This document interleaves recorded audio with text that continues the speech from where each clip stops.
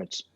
The first question is: my extended family keeps hurting us, and that pains. How much ever we forget, they hurt us with indifference or discrimination. We don't have any anger or bitterness, but pain. Should we stay away so that we can be free from this pain? మా యొక్క బంధువులు ఈ యొక్క వ్యత్యాసాలతో మమ్మల్ని ప్రతిసారి బాధిస్తూనే ఉంటారు. ఎన్నిసార్లు క్షమించినా, ఎన్నిసార్లు వదిలేసినా మళ్ళీ పదే పదే ఏదో విధంగా బాధిస్తా ఉంటారు. మాకు వారి మీద కోపం కానీ, ద్వేషం కానీ లేదు, కానీ బాధ, ప్రతిసారి బాధ కలుగుతా ఉంది. సో, ఈ బాధ పోవాలి అంటే మేము వాళ్ళతో దూరంగా ఉండటం సరియేనా? ఎలాగ ఇటువంటి సిట్యుయేషన్‌ని హ్యాండిల్ చేయాలి? First of all, I want to appreciate the question that had the word we and not I. మొట్టమొదటిగా వేసిన ప్రశ్నలో నేను అని లేకుండా మేము అని సంబోధిస్తూ వచ్చినారు. దాన్ని బట్టి నేను వారిని అభినందిస్తున్నా. And if that we is you and your spouse, I would much more greatly appreciate to see this question being asked as a couple. కాబట్టి ఒకవేళ అక్కడ మేము అన్న దాంట్లో భార్య భర్తగా గనక మీరు ఈ ప్రశ్న వేసినట్లయితే ఇంకా సంతోషిస్తున్నా. But if your statement did not mean that, that is another concern that I want to be able to address. ఒకవేళ మీరు రాసిన ఆ సంబోధనలో ఆ ప్రస్తావన లేకపోయినట్లయితే దీన్ని కూడా మనం పరిగణలోకి తీసుకొని జవాబిస్తాం. Because it's important that you as husband and wife are on the same page before handling the extended family members. కాబట్టి ప్రాముఖ్యమైన విషయం ఏంటంటే భార్యాభర్తలుగా ఆ విస్తరించిన కుటుంబాన్ని పరిగణలోకి తీసుకొని దాని ప్రకారంగా బాధ్యతాయుతంగా నిర్వర్తించడం అనేది మీరిరువురు కలిసి చేయవలసిన బాధ్యత. మీరిద్దరు ఒకే సమభూమిలో ఉండాలి. If you both are not having proper relationship because of extended family, that is a concern.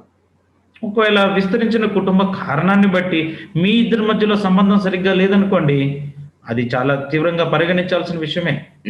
When I say extended family, anybody other than your own family of husband, wife, and if you have children as well, that is your family unit, and every other relationship is an extended family relationship.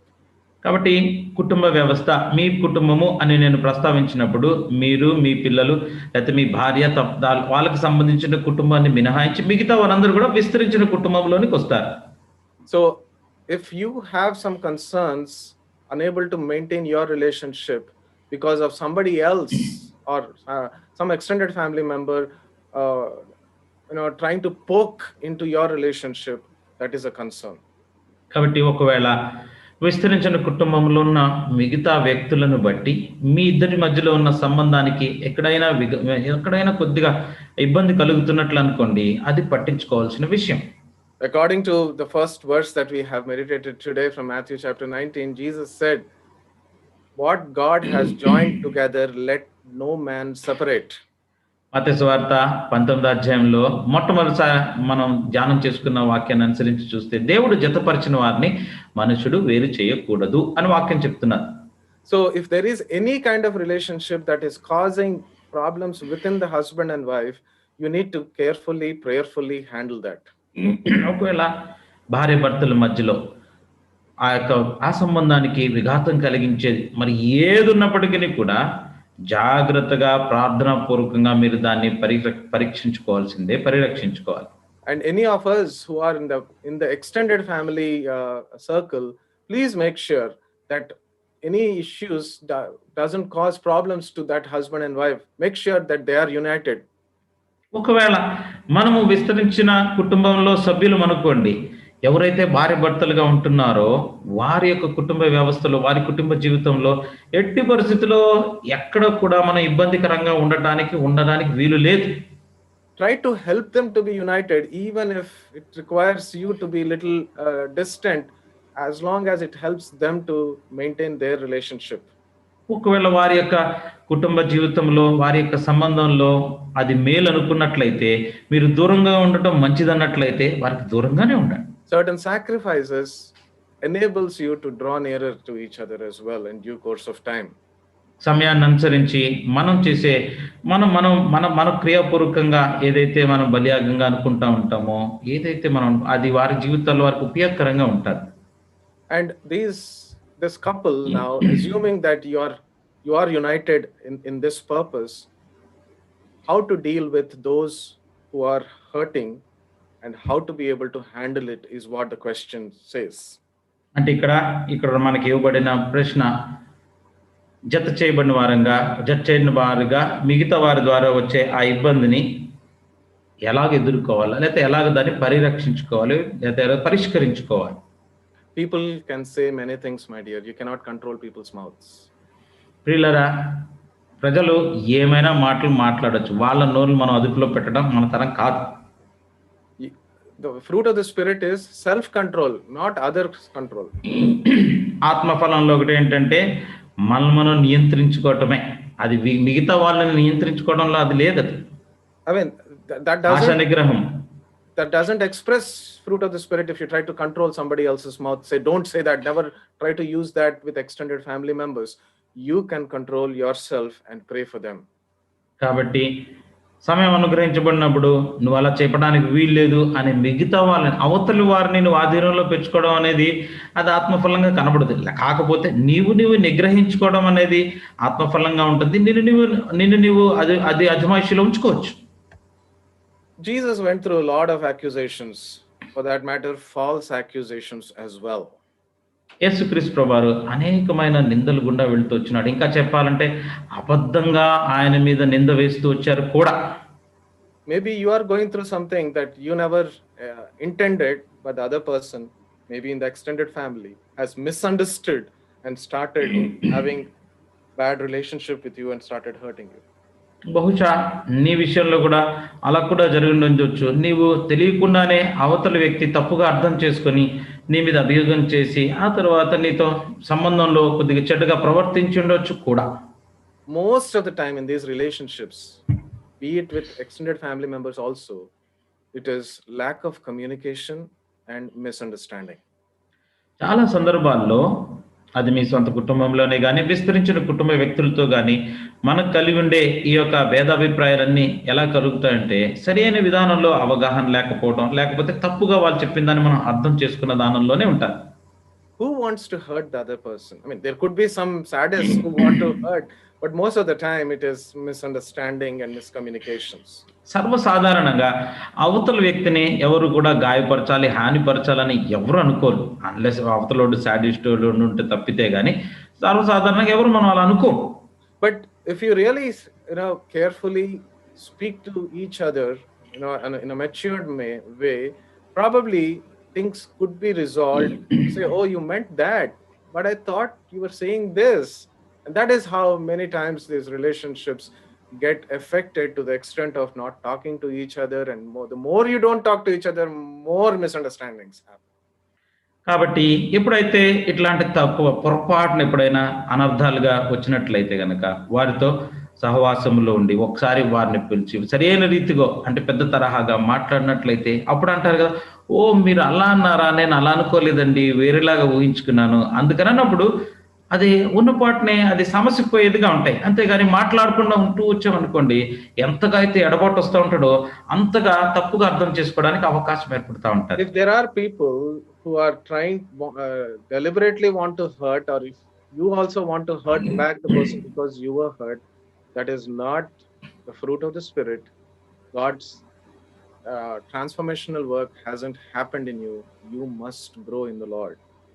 ఒకవేళ అవతల వాళ్ళు ఏదో నన్ను గాయపరిచారు, నన్ను పొరపాటుగా ఇబ్బంది పెట్టారని అనుకొని నువ్వు కూడా ప్రతిస్పందించి వారికి కూడా నువ్వు గాయం చేయాలని, లేకపోతే ఏదో ఒక రీతిగా వారు అంతు చూడాలని నువ్వు అనుకున్నట్లయితే మొట్టమొదటిగా నీలో ఆత్మఫలం అనేది లేదు. కాబట్టి నీలో మార్పు చెందలేదు.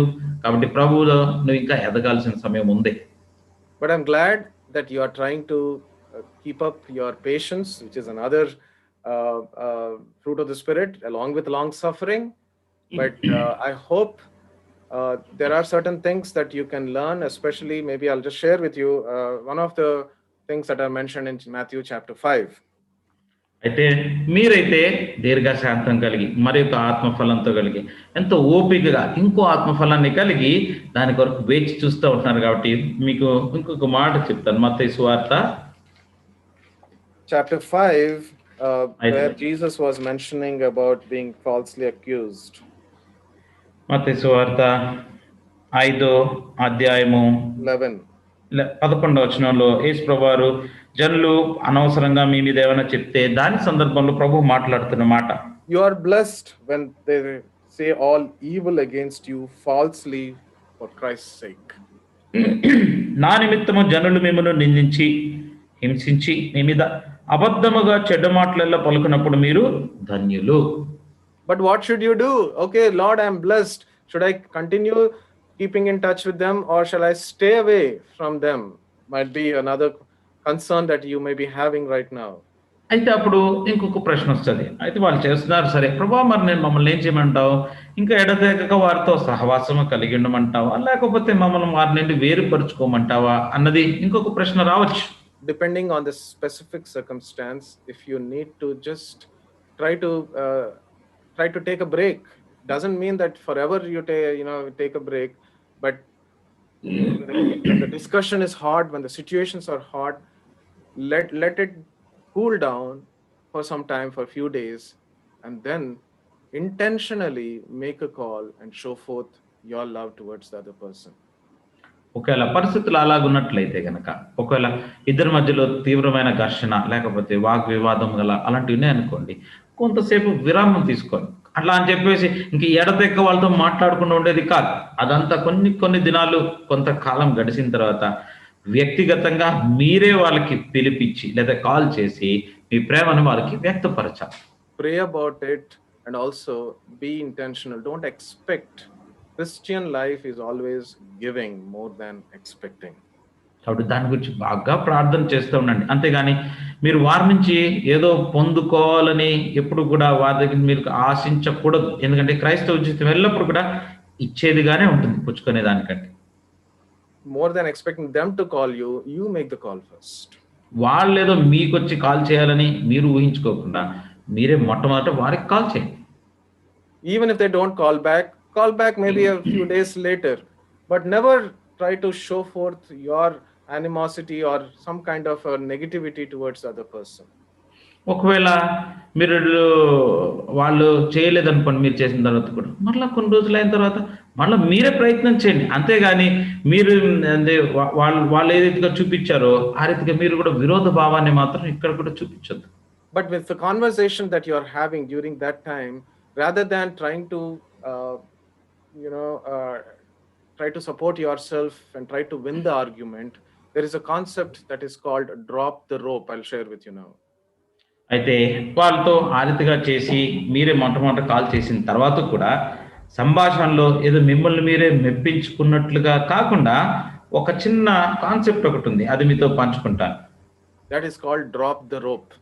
అంటే ఆ తాడును వదిలేయండి అన్న concept. Maybe you are in such a kind of a tense relationship where the other person is trying to pull, saying that I am right, this is what it is, and you're also saying no, I am right, and you're probably in a tug of war.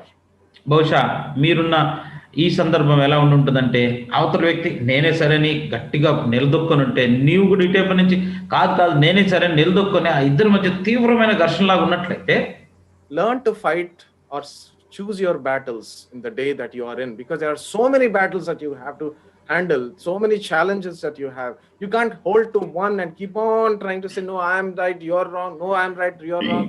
And you will be in such a kind of a tug of war that you will be wasting so much of your time and effort in just that one specific battle that you're in. కాబట్టి మీరు గుర్తించాల్సిన ఒక విషయం ఉన్నది ఏంటంటే, ఆ దినానికి మనకున్న ఎన్నో యుద్ధాల్లో ఇది ఒకటి అయి ఉండొచ్చు. కాకపోతే నేనే సరే నువ్వు తప్పని చెప్పి అదే వాగ్వివాదంలో ఉండి ఒక్కదానికే పరిమితం అయిపోయి ఉంటే నీకున్న ఆ శక్తిని అంతా, నీ యొక్క బలాన్ని అంతా అందులోనే దుర్వినియోగం అయిపోయే అవకాశం ఎంతైనా ఉన్నది. So there could come a point of time when you just need to drop the rope rather than trying to pull and try to say I want to win this battle. అయితే అది tug of war లో ఉన్నట్లుగా బహుశా ఒక సమయానికి వచ్చినప్పుడు నీవు ఆ తాడుని వదిలేయటమే ఉత్తమం. దానికంటే బదులు గుంజుకునే దానికంటే తాడుని వదిలేయటం ఉత్తమం. You might think, oh, I'm losing the battle if I drop the rope. ఒకవేళ నేను తాడుని కనుక వదిలేస్తే యుద్ధం నేను ఓడిపోతానేమో అని అనుకోవచ్చు. But in a tug of war, what happens when you drop the rope? మరి టగ్ ఆఫ్ వార్ ఆటలో ఒకవేళ తాడుని కనుక వదిలేస్తే ఏం జరుగుతుందో మీకు తెలుసు. You know what will happen on the other side. Leave the things on the other side, what happens, but you drop the rope. అవతల వైపు ఏం జరుగుతాయో మీకు అనవసరం, అది పట్టించుకోకండి. కాకపోతే మీరైతే తాడు వదిలేసేయండి. And don't think that because you drop the rope that you are losing it. అంటే దాని అర్థం నేను తాడుని వదిలేస్తున్నా అంటే నేను ఓడిపోతున్న వ్యక్తిని అని అనుకోవద్దు దయచేసి. It's equivalent to saying, Lord, I'm dropping the rope, I'm letting go of it and letting God take care of it. So it is let go and let God. అంటే దాన్ని వేరే ఒక మాటలో మనం చెప్పుకుంటే, ప్రభా నీ తాడుని వదిలేస్తున్నాను, ఇంకా నీ చేతిలోకి అప్పగించేసుకున్నా, అంటే నీ చేతిలో వదిలేసి దేవుని చేతిలో పెట్టడం. I hope this helps. Sometimes it's better to drop it, my dear. And God will honor that part when you leave it to Him to take care of it. ప్రియులారా, కొన్ని సందర్భాల్లో వదిలేయటమే ఉత్తమం, తాడును వదిలేయటమే. అప్పుడు దేవుడు పట్టించుకుంటాడు దాని సందర్భం. Let them think that what they're saying is right. Maybe they are right in their side, but God will reveal to them on one day. అయితే వాళ్ళు అనుకోనివ్వండి, ఒకవేళ వాళ్ళ తరఫు నుంచి ఆలోచించుకుంటే వారే సరే అని అనుకునివ్వండి. అయితే ఒకానొక దినాన దేవుడు వారు కూడా కనువిప్పు కలిగజేస్తాడు. There are many other things that you could discuss and maintain your relationship, and that way your love, your forgiveness towards them could patch up the relationship. ఇంకా వేరే అనేకమైన విషయాలు మీ యొక్క సంబంధాన్ని పెంపొందింపజేసే విషయాలు మాట్లాడుకుంటూ ఆ యొక్క ప్రేమను మీరు వారితో పంచుకున్నట్లయితే అది గుణపాఠన అది పెంపొందించబడుతూ ఉంటుంది. Forgive, forget forever.